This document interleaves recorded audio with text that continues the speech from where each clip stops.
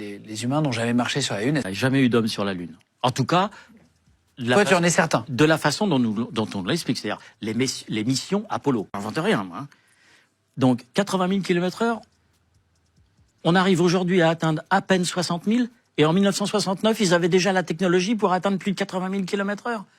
Allons. Pas sérieux, ça. Il n'y a aucune mission Apollo qui est allée sur la Lune. Aucune. Ni la 11, ni la 17. Nous avons vu aussi que vous avez envoyé astronautes sur surface lunaire pour jouer au golf. La balle, elle est restée par terre, elle s'est pas envolée. Vous aviez plombé la balle. Comment vous avez fait pour mettre grosse voiture dans petit module lunaire? C'était pliable. Ah, mais même pliable, ça prend de la place.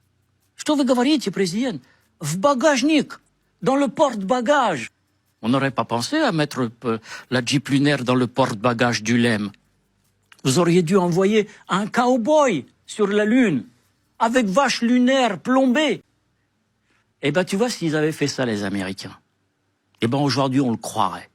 Alors là, Patrice parle des missions Apollo, celles qui auraient emmené l'humain sur la Lune. D'après lui, on n'est non seulement jamais allé sur la Lune, évidemment jamais marché, mais vraiment qu'aucun être humain n'est allé sur la Lune déjà. En tout cas, c'est une des théories du complot les plus populaires sur Internet et ailleurs. C'est quoi les arguments des gens qui pensent qu'on n'a jamais marché sur la Lune? Il y en a plein. Le fait qu'on voit pas forcément les étoiles dans les photos, le drapeau américain qui flotte, là, tu sais, dans les vidéos, le fait qu'on n'avait pas, soi-disant, la technologie à l'époque pour y aller, etc. En fait, c'est aussi qu'on n'y est jamais retourné. Ça, c'est une des plus grosses, voilà, questions que les gens se posent. J'ai regardé sur Internet aussi, c'est vrai qu'on n'y est jamais retourné. Pourquoi on n'est jamais retourné sur la Lune? Voilà.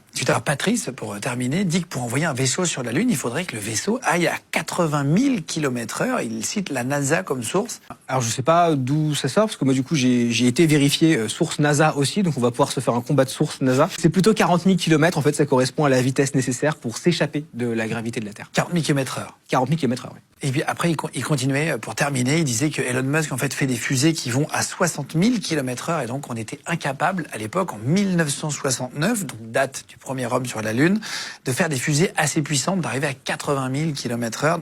Bah, déjà, le problème, c'est que la base est fausse, parce que c'est 40 000 km/h et pas 80 000. Et ensuite, on savait déjà le faire dès les années 60 avec la fusée Saturn V du côté américain.